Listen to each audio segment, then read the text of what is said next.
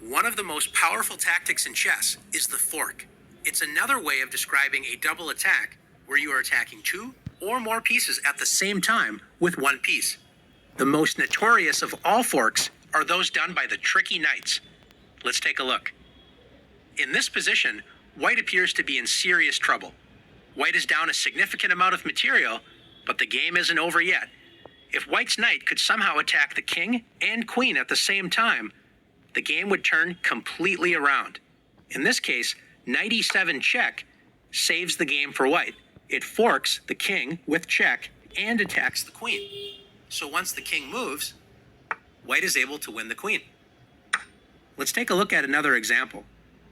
In this position, white can fork not one, not two, not three, but four pieces all at the same time with the move knight e7 check.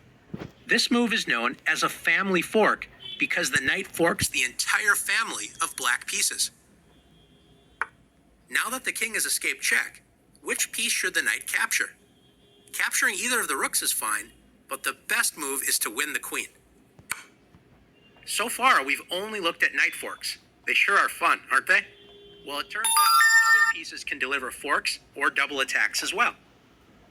In this position, white has great control of the center, with two pawns already placed in the middle of it. Notice the pawn on e4 can march forward, advancing into black's territory. What would happen then? White creates a pawn fork. Remember, forks are most effective when you attack two greater valued pieces with a less valued piece. In this case, the pawn attacks the greater valued bishop and knight at the same time. When one moves, the pawn will capture the other piece. For example, when the bishop moves, the pawn captures the knight. And after the pawn is recaptured, white gains a knight for a pawn using a fork tactic. Finally, in this position, white has a queen versus a rook. This isn't the easiest endgame to win, but in this position, white's in luck.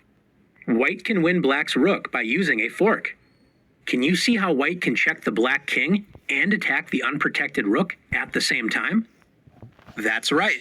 Queen to d1 check. Checking the black king and attacking the unprotected rook on a4. After the king moves, say king to c7, white wins the rook with queen takes a4. Now that you've learned the power of the double attack known as the fork, it's your turn to practice using the fork tactic.